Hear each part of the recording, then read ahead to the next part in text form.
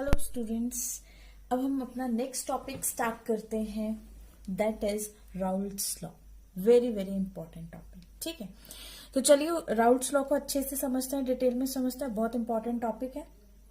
देखिए Raoult's law क्या बोलता है। चलिए मान लीजिए कि आपके पास एक ये बीकर है। ओके, इस बीकर के अंदर ये आपने लिक्विड प्रेजेंट है यहाँ पर। ओके, और इस के अंदर जो प्योर आपके पास प्योर कंपोनेंट है ऑफ ए, प्योर कंपोनेंट है किसके? ए पार्टिकल के। समझ में आया? ठीक है, तो मतलब अगर इसके पास प्योर कंपोनेंट है ए के, तो अगर इसके वेपर्स बनेंगे यहां पे, अगर इस कंपोनेंट के वेपर्स बनेंगे तो वो उन वेपर्स को हम क्या बोलेंगे? P A not. क्या बोलेंगे? P A not. ठीक है, this is vapour pressure of pure component ए। मतलब ए कंपोनेंट में कोई भी मिलावट नहीं है, बिल्कुल प्योर कंपोनेंट है। क्लियर है ये बात? ओके, मतलब ये सभी मॉलिक्यूल्स किसके हैं? ए के हैं, याद रखेंगे आप। ओके, नेक्स्ट बीकर लिया हमने, नेक्स्ट लिया बीकर, उसमें अब सारे के सारे कंपोनेंट्स प्रेजेंट हैं बी के। क्लियर है? ओके, अब ये है हमारे पास pure component, pure component of B. B का प्योर कंपोनेंट है हमारे पास, बी का प्योर कंपोनेंट आ गया। ठीक है, अब बी के प्योर कंपोनेंट के भी वेपर्स प्रेजेंट होंगे। ये जो वेपर्स बना रही हूं मैं, ये जो वेपर्स हैं ये प्योर बी के वेपर्स हैं। ये वेपर्स भी किसके हैं? प्योर बी के, जिसके वेपर प्रेशर को हम पी नॉट बी, मतलब हम कह सकते हैं अगर मैं कोई प्योर सॉल्वेंट लेती हूं, ठीक है, तो उसका मैं वेपर प्रेशर को डिनोट करने के लिए पी नॉट लगाती हूँ। जैसे vapour pressure of A, P not A, ठीक है, और vapour pressure B, P not B. इस तरह से मैंने डिफाइन किया। ओके, ये वेरी वेरी इंपॉर्टेंट, आपको ये यहां पे याद रखना है कि ये दोनों वॉलेटाइल लिक्विड्स हैं। क्या है? Volatile liquids. क्योंकि हम वॉलेटाइल लिक्विड्स की बात कर रहे हैं तभी वो प्रेशर ज्यादा अच्छा बनाएंगे। ओके, अब मैंने क्या किया, कंपोनेंट ए को कंपोनेंट बी को मिक्स कर दिया। चलो जी, हमने क्या किया, कंपोनेंट ए को और कंपोनेंट बी को क्या कर दिया? मिक्स कर दिया। जब हमने कंपोनेंट ए को कंपोनेंट बी में मिक्स किया तो अब मेरे पास क्या बन गया? सॉल्यूशन। सॉल्यूशन बना कि नहीं? मान लो कि ये मेरा सॉल्यूट है, अज्यूम किया कि ये मेरा सॉल्यूट है और ये मेरा सॉल्वेंट है। ठीक है, आप किसी को भी सॉल्यूट सॉल्वेंट ले सकते हो, जरूरी नहीं है इन्हीं को लेंगे, आप इसको भी सॉल्यूट ले सकते हो, इसको भी सॉल्वेंट, कोई इशू नहीं है। ओके, अब आपने इन दोनों को मिक्स किया, ए और बी को मिक्स किया, तो यहां पर आपके पास एक कंपोनेंट ए का आएगा, एक कंपोनेंट बी का, फिर ए का, देन अगेन बी का, देन अगेन ए का, फिर बी का, ए का, एंड सो ऑन। इस तरह से आपके सारे कंपोनेंट्स आ जाएंगे। ओके, अब यहां इस कंपोनेंट पर जो आपके पास वेपर प्रेशर होगा, इस कंपोनेंट पे जो आपके पास वेपर प्रेशर होगा वो ए का भी होगा एंड बी का भी होगा। ठीक है, मैं एक और अलग कलर से आपको दिखाती हूँ। ए का भी मान लो और बी का भी मान लो, मतलब अलग अलग टाइप का वेपर प्रेशर है। ठीक है, अलग अलग टाइप का वेपर प्रेशर तो एक ही टाइप का होता है, सॉरी, अलग अलग कंपोनेंट का वेपर प्रेशर है। समझ में आया? क्योंकि ए का भी वेपर प्रेशर है और बी का भी वेपर प्रेशर है। अब क्या इस वेपर प्रेशर को मैं पी नॉट ए और बी के वेपर पर पी नॉट बी लिख सकती हूँ? नहीं, बिल्कुल भी नहीं, क्योंकि पी नॉट ए हमें प्योर कंपोनेंट के लिए लिखना है और ये यहाँ पे कंपोनेंट आपका प्योर नहीं है। यहाँ पर जो भी आपका कंपोनेंट है उसमें कुछ ना कुछ एक दूसरा इंग्रेडिएंट आपका मिक्स है। ठीक है, तो ये कंपोनेंट आपका प्योर नहीं है, दिस इज अ सोल्यूशन, ये सोल्यूशन है। समझ में आया? तो ए और बी का मिक्सचर है ये। तो अब मुझे अगर डिनोट करना पड़ेगा प्रेशर ऑफ ए, ठीक है, वेपर प्रेशर ऑफ, तो हम उसको पार्शियल प्रेशर से डिनोट करेंगे, that is P A. P A मतलब पार्शियल प्रेशर ऑफ ए, और पी बी जो होगा वो पार्शियल प्रेशर ऑफ बी होगा। अब मेरी बात ध्यान से सुनना कि मैं पार्शियल प्रेशर वर्ड क्यों बोल रही हूँ। देखिए, पार्शियल प्रेशर मतलब कि कुछ पार्ट्स जो हैं इसमें ए के हैं वेपर्स के अंदर और कुछ पार्शियल पार्ट्स ए के हैं, पार्शियल पार्ट्स बी के हैं। कंप्लीट ए का और कंप्लीट बी का नहीं है, कुछ कुछ पार्ट्स हैं। ठीक है, तो इसलिए इस प्रेशर को हम पार्शियल प्रेशर बोलेंगे। क्लियर है इतनी बात? अब आपने इसको मिक्स कर दिया। अब देखिए, अगर मैं बोलूं कि इस सॉल्यूशन का टोटल प्रेशर, अगर मैं बोलती हूं कि टोटल प्रेशर ऑफ सॉल्यूशन, अगर मुझे सॉल्यूशन का टोटल प्रेशर निकालना है तो मैं कैसे निकालूंगी पी टोटल को?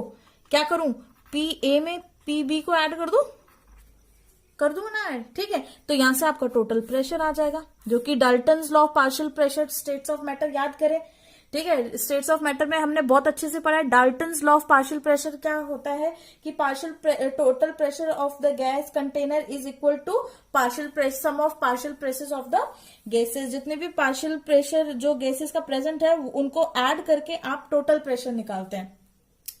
क्लियर है ये बात, ठीक है। तो हम इससे बोल सकते हैं ये पार्शियल वेपर प्रेशर है ए का और ये पार्शियल वेपर प्रेशर है बी का, ओके।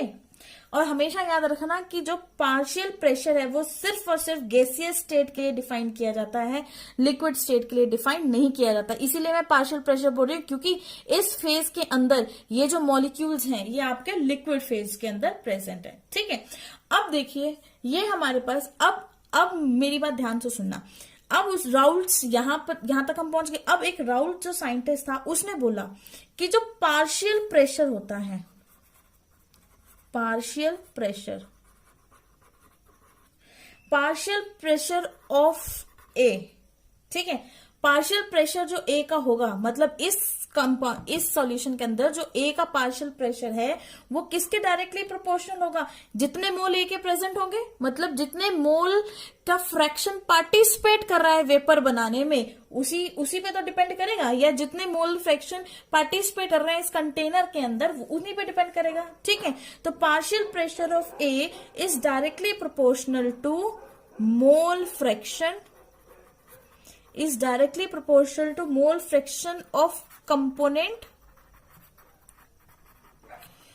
component A के कंपोनेंट के डायरेक्टली प्रोपोर्शनल है प्रेजेंट इन सॉल्यूशन, जो कि सॉल्यूशन के अंदर प्रेजेंट इन सॉल्यूशन। क्लियर है सबको ये बात, ठीक है।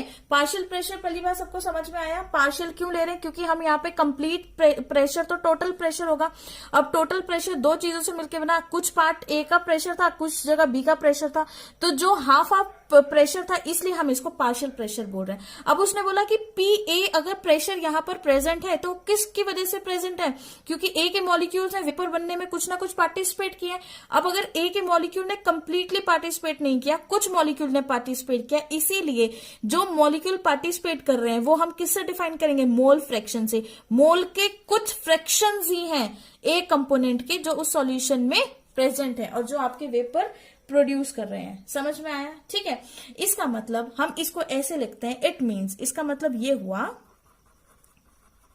It means P A is directly proportional to X A, और यहां पे जो आपका एक्स ए है this is your mole fraction. Mole fraction है ये आपकी, ठीक है ना, this is your mole fraction.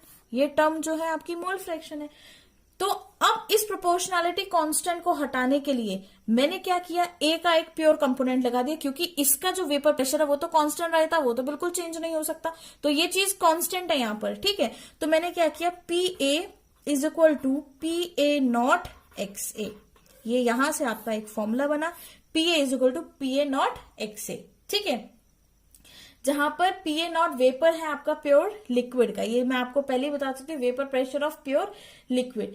अब इसी सेम टेम्परेचर पे, ठीक है, मतलब अभी हमारा टेम्परेचर बिल्कुल सेम है, तो यहां से हमने क्या कंक्लूड किया, वेरी इंपॉर्टेंट।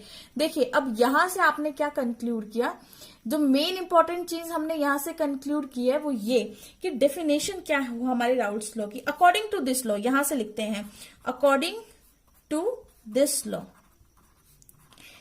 इस लॉ के अकॉर्डिंग जो वेपर प्रेशर है, the vapour pressure of a volatile component, the vapor pressure of a volatile component above mixture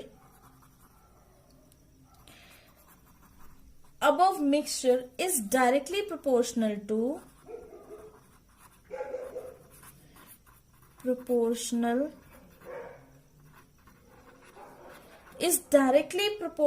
to mole fraction, is directly proportional to mole fraction of that component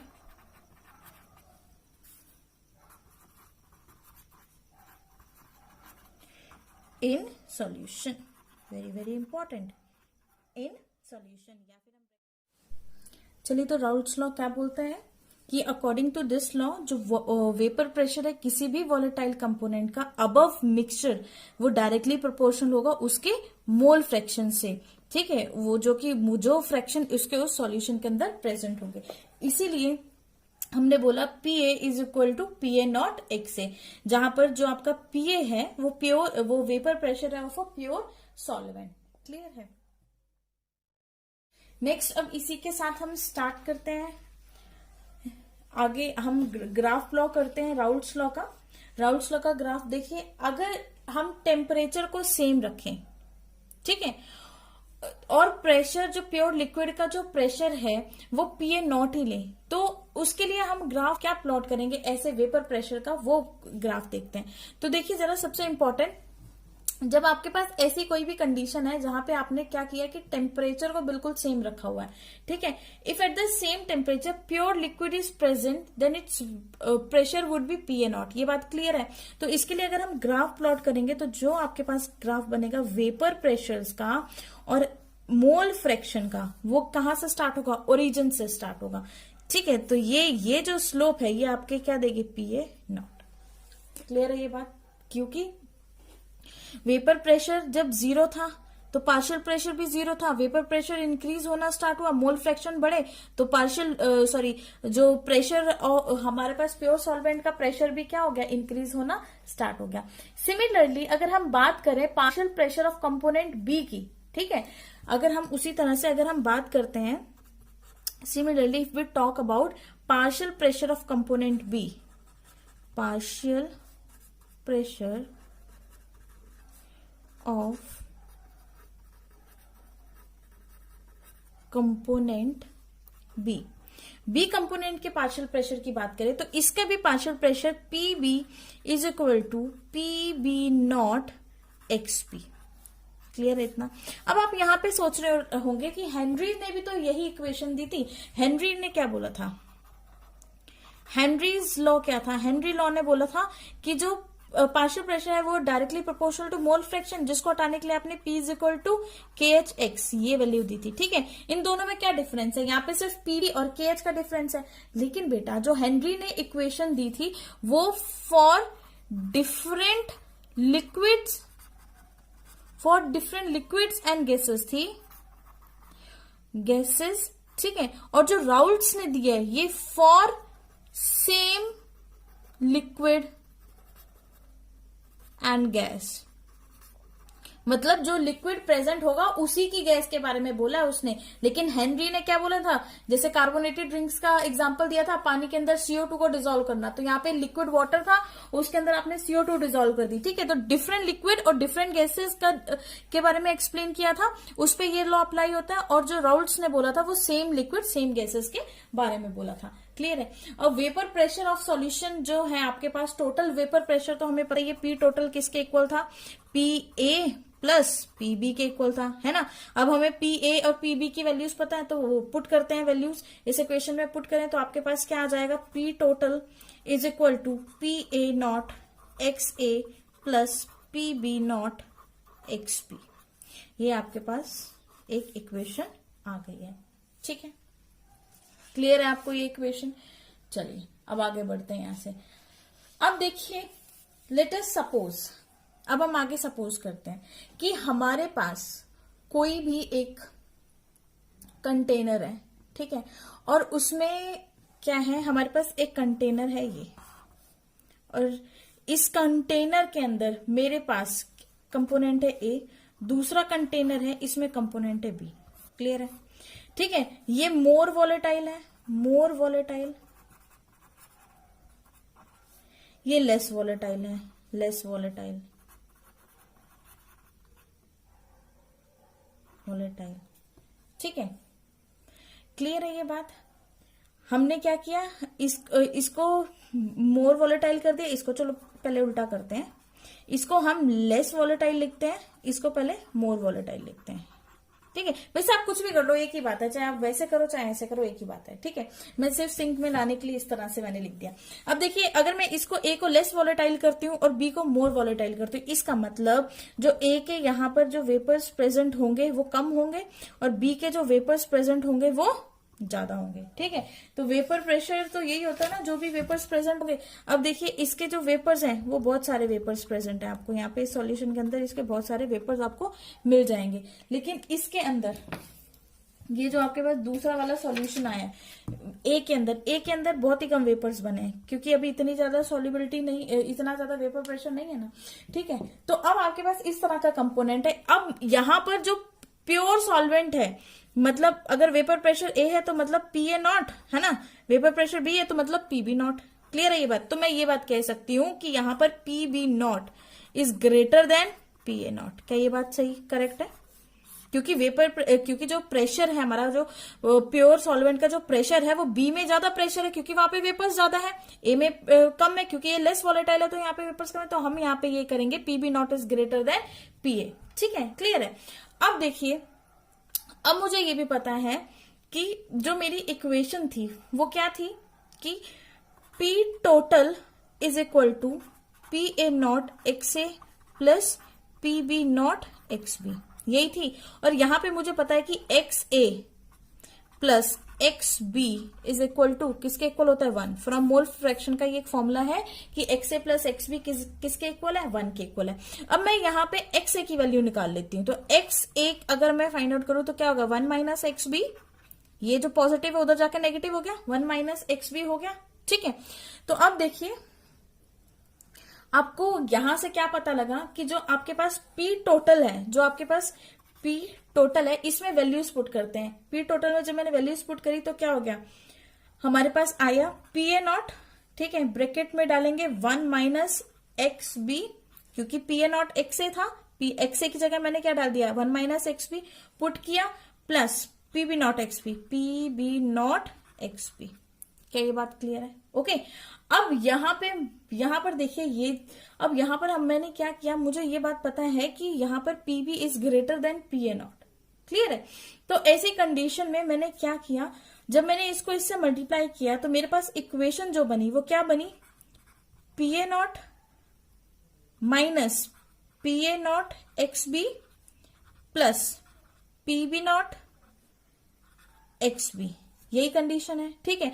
अब यहां पे देखो आपके पास क्या है, x B common हुआ, ठीक है। तो इस इक्वेशन को हम इस तरीके से भी लिख सकते हैं। ध्यान देना, इस इक्वेशन को मेरा दूसरा लिखने का तरीका क्या है, P total is equal to P A not, इसको यहीं पे रखा हमने, ठीक है, प्लस किया, आगे क्या आएगा P B not minus P A not, ठीक है, इंटू एक्स बी। क्या आप ये लिख सकते हैं कि नहीं लिख सकते हैं? बिल्कुल लिख सकते हैं, ठीक है। तो आपके पास ये एक रिक्वायर्ड इक्वेशन आई है जो कि वेरी वेरी इंपॉर्टेंट। समझ में आया? मैं फिर से एक बार रिपीट करती हूँ कि जब हमने देखा कि पार्शियल प्रेशर जो था, ठीक है, partial pressure of A partial pressure of B मिलकर टोटल प्रेशर बन रहा था, तो मैंने पी ए की वैल्यू डाली, पी बी की वैल्यू डाली, P A not X A plus P B not X B, ठीक है। अभी मैंने 2 कंटेनर्स ले लिए जहां पर ए लेस वॉलेटाइल है, बी मोर वॉलेटाइल है। तो लेस वॉलेटाइल होने की वजह से कम वेपर्स बने, ज्यादा वॉलेटाइल होने की वजह से ज्यादा वेपर्स बन गए, ठीक है। तो अब देखिए अगर पी की वॉलेटिलिटी ज्यादा है तो P is greater then A, P की वैल्यू ज्यादा हो जाएगी ए से। तो बस इस चीज का फायदा उठा के हमने इस इक्वेशन को सॉल्व कर दिया। पी टोटल क्या था, P A not X A plus P B not X B.